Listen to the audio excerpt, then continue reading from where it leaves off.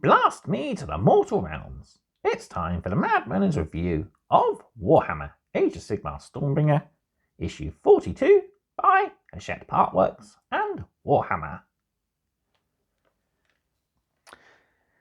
Hello everyone, welcome back to another Warhammer Age of Sigmar Stormbringer video review. And today we're on issue 42 and we have another Underworld's warband. This one is Molog the Mighty and he's a mob of fungus-dwelling cave creatures, or cave-dwelling fungus creatures.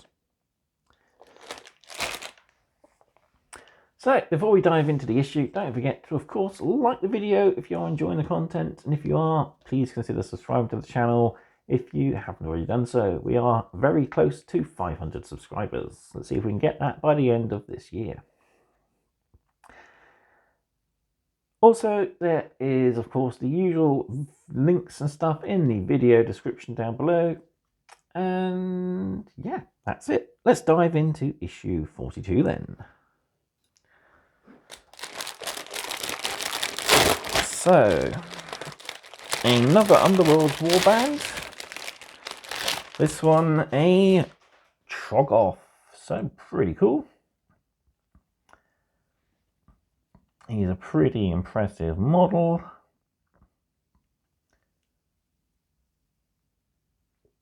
Yeah. Got our bat squig there. Nicely detailed base. Yeah, there's the underside.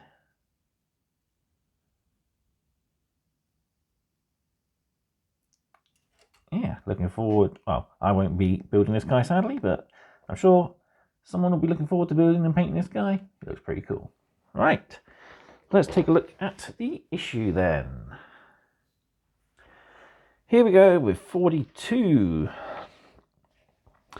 So, full contents then, we have a single article to read. We learn more about the magic of the realms. We have a build, collect and paint and play article for Molog. We have more destruction tactics and we have our second battle plan for our scout. Battle pack, the shiny bits. So, magic in realms. In the mortal realms, magical particles of 8 different forms hang in the air like specks of dust. Sorcerers gather these particles up, using them to power spells and twist tongues, apparently. Each realm has a signature type of magic, and wizards often train to use the magic of their realm, developing a recognizable style and set of capabilities. So we're going through the different realms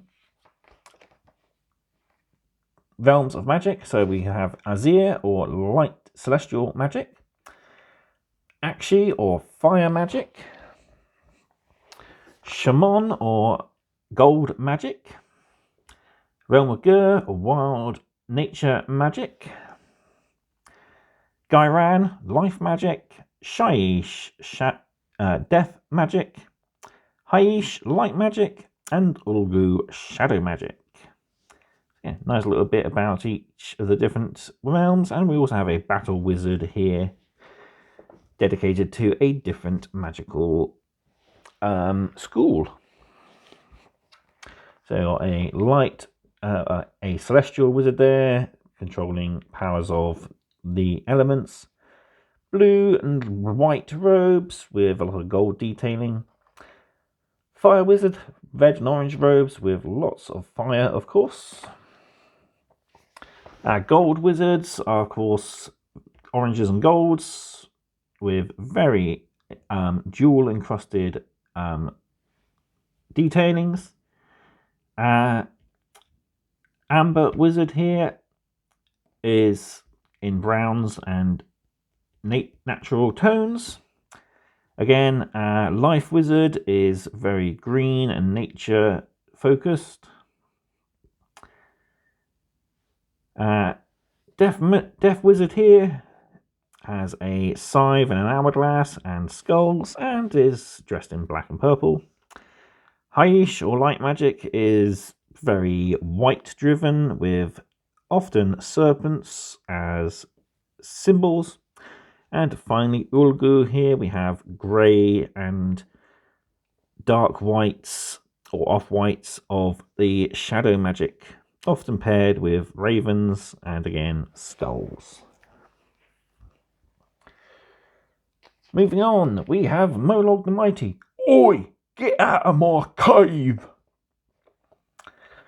Dank old Troggoths are powerful, lumbering creatures. They spend most of their lives deep asleep in caves called dank holes. Molog the Mighty is one such Troggoth, and he wanders the realms with his companions looking for a new home. They fight their foes with spores, clubs, and teeth. So, yeah, we got a bit of information about Molog's mob there, and we got a rolling chart there for the reason why he has joined your war, and he's chosen tactics in battle. So the names of the different creatures in his mob, we have of course Molog, Batsquig, Spike Shroom, and Stalag Squig. So yeah, pretty cool. And we got great deeds he can do in battle as well to take off. So, being an Underworld warband, they are fairly easy to build. Simply cut out, clean up, and push together. So, Spike Shroom is a curious creature that confuses and disorientates the enemies with vapors. Stala Squig is a rock squig, basically. Molog here with his Puff Fungus Club. And finally, we got Batsquig. Batsquig. Yeah, really cool creature. Moving on, we got a paint guide for it. So, a rather interesting paint guide, I must admit. Personally, not the way I do it, but I do see what they are setting up in order to accomplish in future issues. So we want to base coat the entirety of Molog with Baraknar Burgundy. Before we pick out the smaller details, we got the loincloth and his club with catch and flesh. The various different bits of metal, so his earrings and the end of his club with lead belcher, Corax white for the skulls on his club and the puffballs even, not skulls. And also we're picking out the funguses over his shoulders.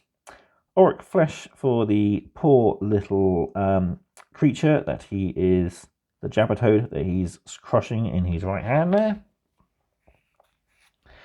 Retributor armor for some of the details. We've got gold trinkets and moon symbols on his earrings there. Wraithbone for the stems and undersides of the mushrooms on his back. And the chest of the Jabbertoad. Also Wraithbone to pick out his toenails, Corn Red to pick out the tops of the mushrooms, Cantor Blue to pick out this mushroom here.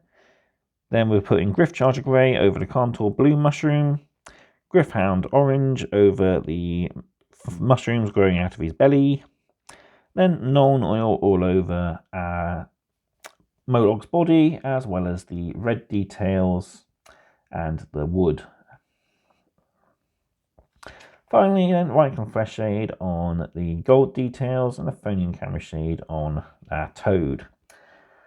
And Wraithbone is used to pick out the spots on the big mushroom on his back. So, moving on, we've got Stala Squig, we got Corax White all over, paint Baraknar Burgundy, he's on his tongue and the inside of his mouth, and then Washing Time Model Nuln Oil. Spike Shroom, we want to paint all with Corax White, picking out the top of the fungus and the cloud with Baraknar Burgundy, picking out the claws on the Shroom's arms / legs with Abaddon Black, picking out his eyes are Corn Red, wash the whole model with Nuln Oil, picking out all the smaller bits of mushroom with Wraithbone, and Mephiston Red for the tops, and finally Agrax Earthshade, the tops of the mushrooms. Finally then, Batsquig, Corn Red, Abaddon Black for the spines and his teeth, Backnar burgundy for the tongue and his wings, Corax white for the rock he's flying over. Shade the entire model non-oil before we use Wraithbone to pick out his teeth.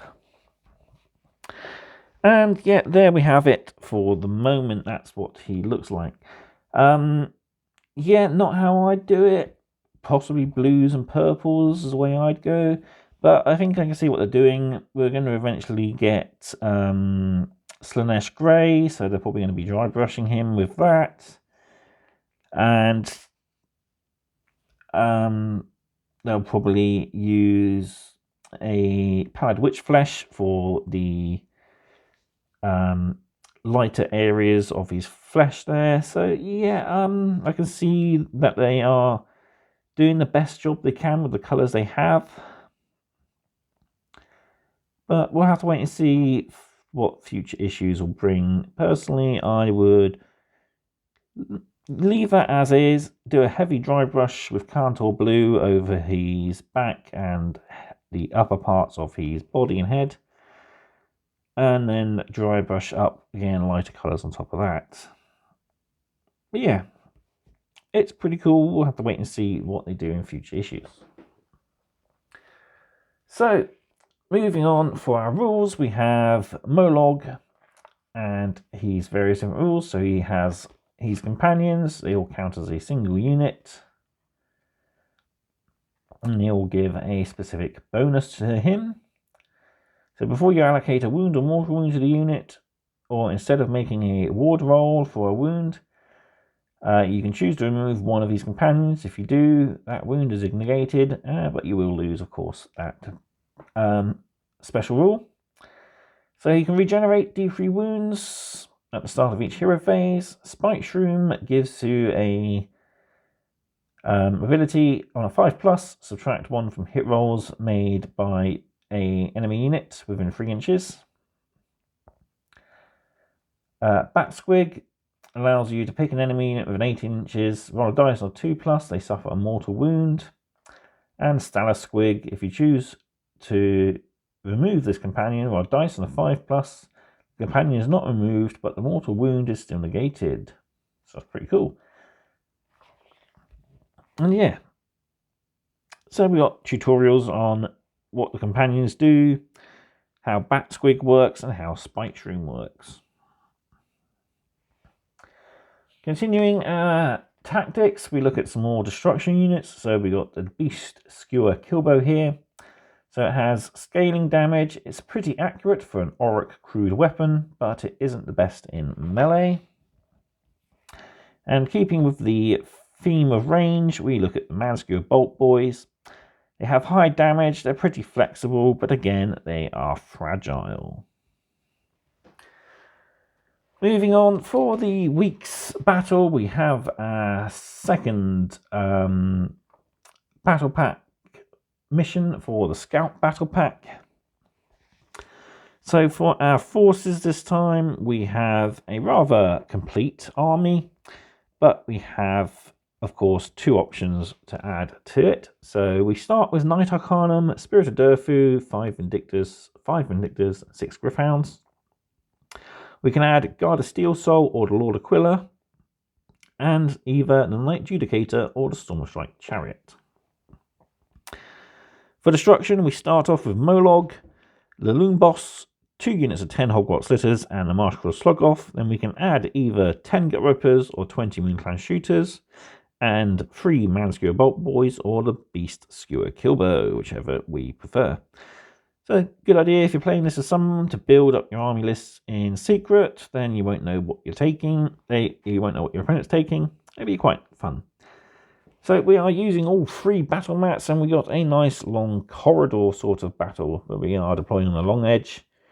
3 objective markers, and yeah, pretty lengthy battle looks like it. We are starting to see more large, full-size armies now. So, pretty fun nonetheless. And we got playthroughs there as well. So Ian and Eve have played through it, and this is some of their tactics that they used. Finally, on the back cover then, for our future issues, so we have True Revenants and the Cycles of War, plus we learn about the Perils of Chaos. Looking forward to getting these guys. Lovely kit. I've only built the Spite Revenants before, so it'd be nice to actually build these guys up for a change. Definitely want to add an extra 5 to my army though. And then in issue 44, we get 2 new paints. So we get our first layer paint in the form of Baylor Brown. And we get a new contrast paint in the form of Skeleton Hordes. We add more details to our Cruelboy shields. And we also get a small layer brush as well. So yeah, we get to start layering up our models. So there we have it. That was issue 42. Pretty fun issue. The paint guide, not the best way of doing it, but I do see that they are doing it with a very restricted color palette in the form of the paints you get in the collection. But yeah, they could definitely highlight up from the Baraknar Burgundy. Personally, I'd do a Contour Blue and then maybe Slanesh Grey as well. Yeah, he's a fun little guy. Nice to add to anyone's destruction collection. So let me know what you thought of the issue in the comment section down below as usual. And yeah, thank you all very much for watching, and I will see you next time. Goodbye.